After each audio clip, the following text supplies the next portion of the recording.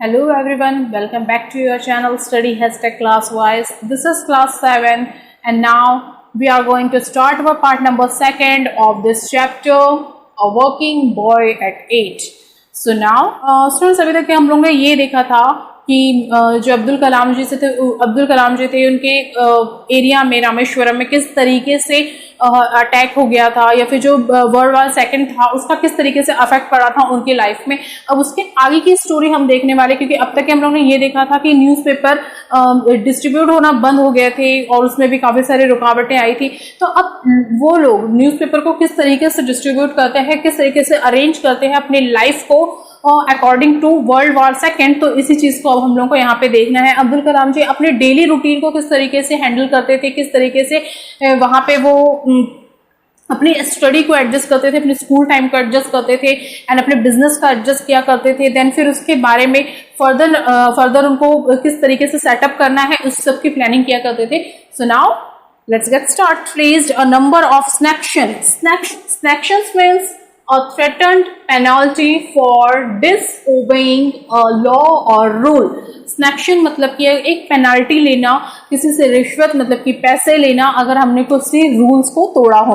तो उस समय क्या हुआ था, वर्ल्ड वार सेकेंड हुआ था और जो ब्रिटिश गवर्नमेंट थी उन लोगों ने स्नैक्शंस लगा दिए थे, जिससे क्या होता था कि उन लोग पेनाल्टी वसूल करते थे। Okay, and the ration on goods, ration on goods मतलब कि जो गुड्स यानी कि सामान, GOODS, गुड्स यानी कि सामान, तो उसके जो सप्लाई होता था, रेशन होता था, उस पर भी कहीं ना कहीं प्रतिबंध लगे हुए थे, स्नैक्शंस लगे हुए थे। Something like a state of emergency now prevailed in the country, और कुछ मतलब कि इमरजेंसी जैसे स्टेट इमरजेंसी होती है उस टाइप की कंडीशन हो गई थी उस समय वहां पर रामेश्वरम में या फिर पूरे कंट्री में। ठीक है, our larger family felt the difficulties actually, और हमारी जो बड़ी फैमिली थी वो काफी डिफिकल्टी से क्या कर रही थी, उसका सामना कर रही थी, काफी डिफिकल्टीज का सामना कर रही थी।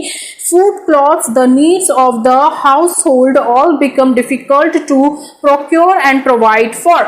इस हिसाब से जो फूड होते हैं, जो क्लॉथ्स होते हैं, जो डेली नीड्स होती है, वो हमको बहुत ही मुश्किल से मिल रही थी, बहुत ही मुश्किल से प्राप्त हो रही थी। ठीक है, प्रोक्योर दैट मीन्स गेट, प्राप्त होना, मिलना, पाना। ठीक है, अवर फैमिली वॉज लार्ज, हमारी फैमिली क्या थी, बड़ी थी। And my grandmother and mother had to stretch every resource to the utmost to keep everyone feed, cloth and in good health. अब मेरी मम्मी और दादी क्या करती थी, किसी भी थिंग को स्ट्रेच करना मतलब कि लंबा, स्ट्रेच करना, थिंग को स्ट्रेच करना मतलब कि लंबा चलाना, स्ट्रेच यानी कि खींचना। जैसे कि आज हमने जो चावल बनाया है, मॉर्निंग में अगर हमने कुछ लंच बनाया है तो उसी को थोड़ा सा ज्यादा बना लिया जाए और फिर वो रात में भी हो जाए, यानी कि वो कहीं ना कहीं सेविंग करते थे, खाने की बर्बादी नहीं करते थे। ऐसा नहीं कि आज दिन में जो बना है अब हमको रात में नहीं खाना है, दूसरी सब्जी चाहिए, इस तरीके से नहीं।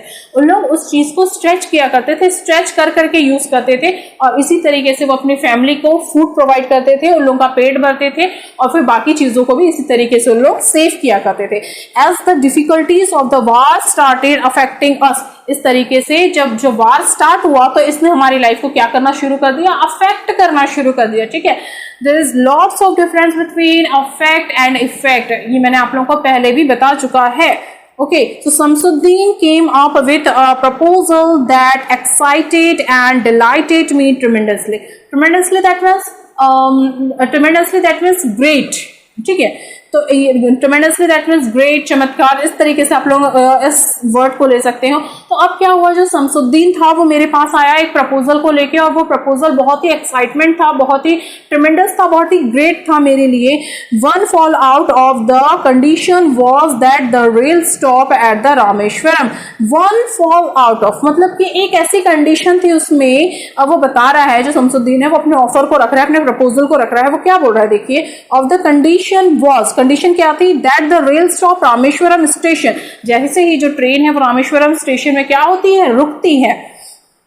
Had been done away with, what would happen to our papers then, तब जैसे ही वो पेपर रुकती है, मतलब अब क्या हो गया था, प्रतिबंध लग गया था, एक तरीके से सेक्शंस लग गया था, वहां पे ट्रेन रुकती नहीं थी, रुका नहीं करती थी। तो वो ट्रेन क्या होती थी, स्लो चलती थी वहां से, जैसे रामेश्वरम स्टेशन आता था तो वहां से वो स्लो चलती थी। तो शमसुद्दीन उसको वही बोल रहा है कि अगर अब ट्रेन तो नहीं चल रही है और रुकने वाली नहीं है, मतलब कि जो यहाँ से जो धनुषकोडी जाती थी वो रुकने वाली नहीं है, तो अब हम कैसा करेंगे, अपने हमारे जो पेपर है उसका क्या होगा। So how were they to be collect and then distributed to all the people of the town who were looking forward to their daily dose of news. और फिर क्या होगा, हम लोग अपने न्यूज़पेपर को कैसे कलेक्ट करेंगे और फिर कैसे अपने जो सब्सक्राइबर्स हैं उन लोगों को देंगे, डिलीवर करेंगे, उन लोगों को जो बहुत इंटरेस्टेड रहते हैं न्यूज़पेपर की डेली न्यूज़ के लिए और अपने लाइफ को आगे की तरफ देखते हैं इस न्यूज़पेपर के जरिए, तो हम कैसा करेंगे। So Shamsuddin found a way out. अब जो शमसुद्दीन है उसने एक रास्ता ढूंढ निकाला था, ठीक है। The papers would be kept ready in a large bundle. हम लोग क्या करेंगे, जो पेपर का एक लार्ज बंडल को बांध के रख देंगे। As the train chugged down the Rameswaram Dhanushkodi track, और जैसे ही ट्रेन की चक यानी कि चलने की जो आवाज है या फिर उसकी जो साउंड है वो कहां पर हमको सुनाई देगी, रामेश्वरम धनुषकोडी ट्रैक में सुनाई देगी। They would be flung out on to the platform, और वैसे ही हम क्या करेंगे, उस मतलब कि ट्रेन के अंदर से उस बंडल को बाहर फेंक देंगे, फ्लंग आउट कर देंगे। फ्लंग आउट मतलब कि बाहर फेंक देना, फ्लंग, ठीक है, फ्लंग आउट कर देंगे ऑन द प्लेटफॉर्म, प्लेटफॉर्म में फेंक देंगे। And that is where I came in, और फिर हम उसको लेके आ जाएंगे। Shamsuddin offer me the enjoyable job of catching this bundles of papers being thrown from the moving train and then talking them around the town for distribution. तो जो शमसुद्दीन था उसने मेरे को बहुत ही इंजॉयबल जॉब दी थी जिसको मैं कलेक्ट कर सकता था, लोगों तक के बांट सकता था, और फिर इस जॉब से मैं कुछ ना कुछ कंट्रीब्यूट कर सकता था अपनी फैमिली के लिए, ठीक है। सो अब इसके बाद देखते हैं माय एंथुसियाज्म दैट मींस मेरी जो उत्सुकता थी, मेरी जो जॉब को लेके एक्साइटमेंट था, प्रसन्नता थी। एंथुसियाज्म मतलब कि खुशी, बहुत ज्यादा खुशी होना किसी चीज को करने में, ठीक है। So my enthusiasm knew no bundle, अब मेरी जो खुशी थी उसका कोई ठिकाना नहीं था। नो बंडल, मेरी खुशी का कोई भी ठिकाना नहीं था। I was only 8, उस वक्त मैं सिर्फ 8 साल का था, but I was going to contribute in a meaningful way to household income।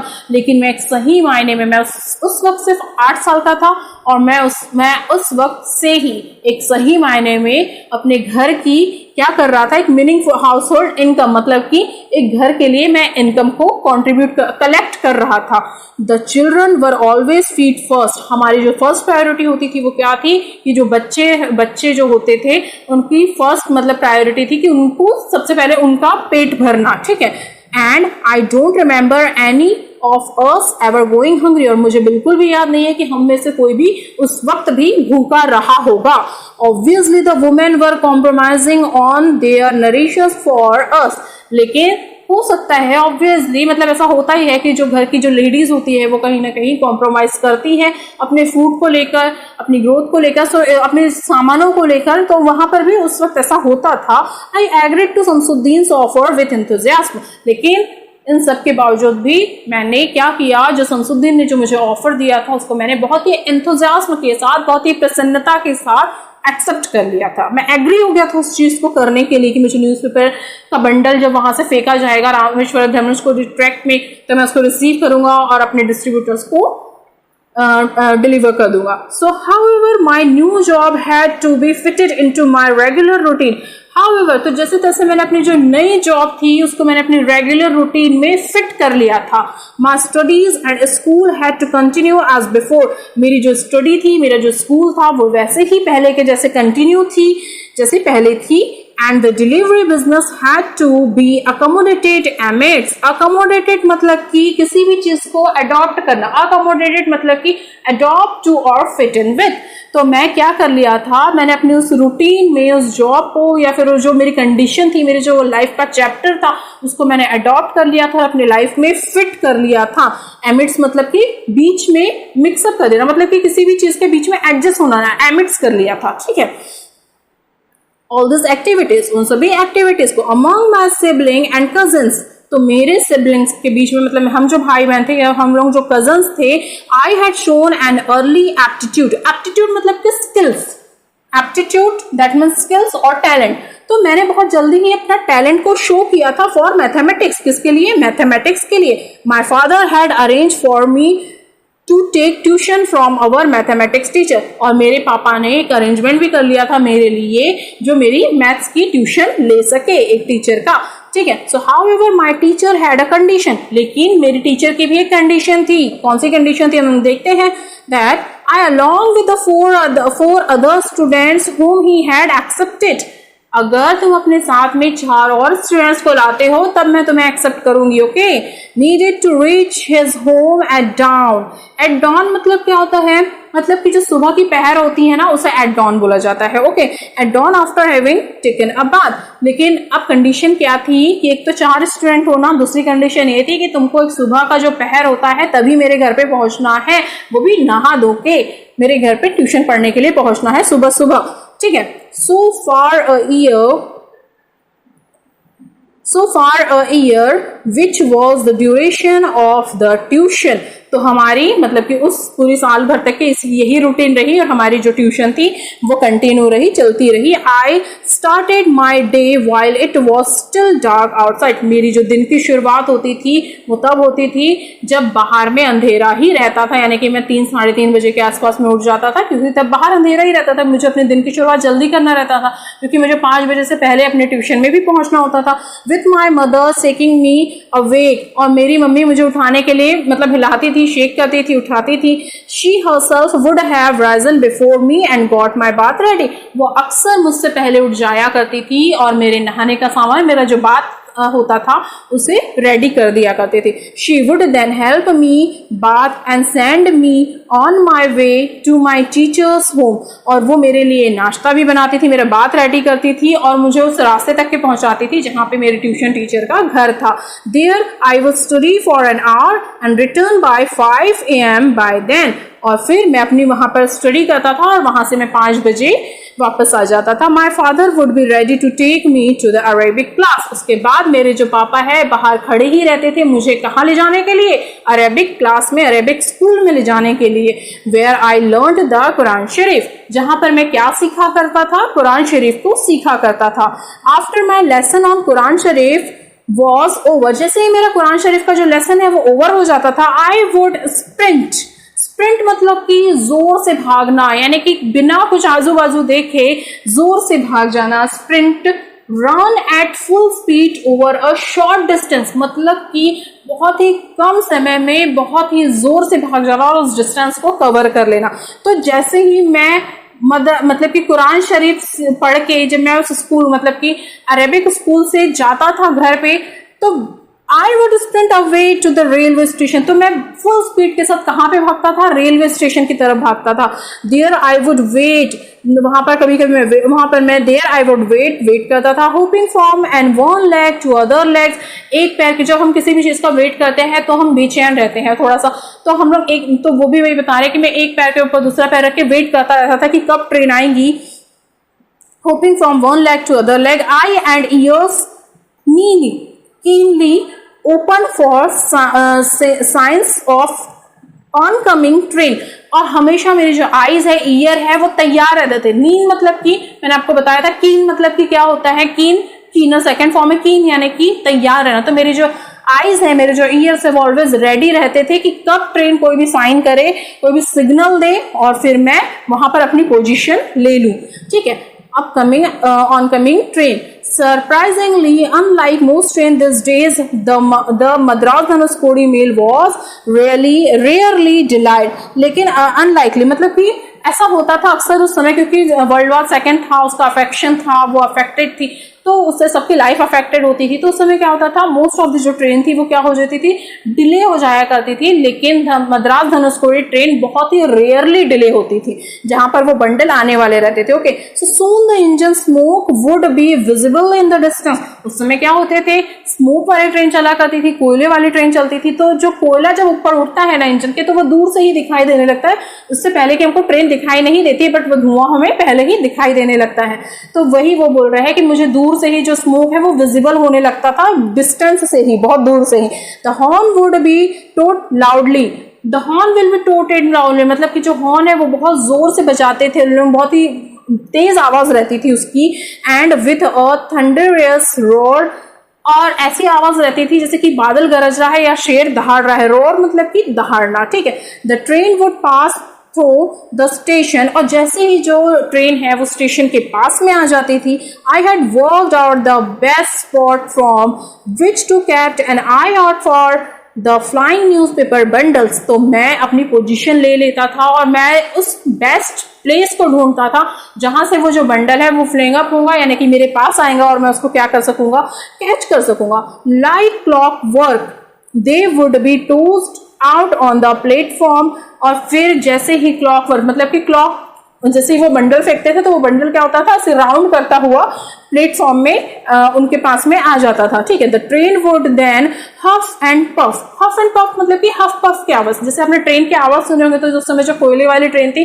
वो जब चलती थी, पहले तो वो रामेश्वरम धनुषकोडी स्टेशन में आई तो क्या हो गई, स्लो हो गई, रुकती नहीं थी वहां पे, स्लो होती थी। अब स्लो होने के बाद जब वो स्पीड पकड़ती थी ना ट्रेन, तो वो हफ एंड पफ की वॉइस करती थी, ठीक है। तो उसकी वॉइस को क्या बोला जाता है, हफ एंड पफ। और ऊपर में एक हम लोगों ने पढ़े थे चक्ड वॉइस, ठीक है। दोनों वॉइस को ध्यान में रखना, ये दोनों ट्रेन के लिए, ट्रेन की वॉइस के लिए यूज की जाती है। तो जब वो ट्रेन मतलब कि वो जो पेपर है वो क्लॉकवाइज राउंड होके मेरे पास टोस्ट हो जाता था, मेरे पास में आ जाता था, then train would then huff and puff away, और ट्रेन जो है हफ एंड पफ की आवाज करते हुए मुझसे दूर चली जाती थी।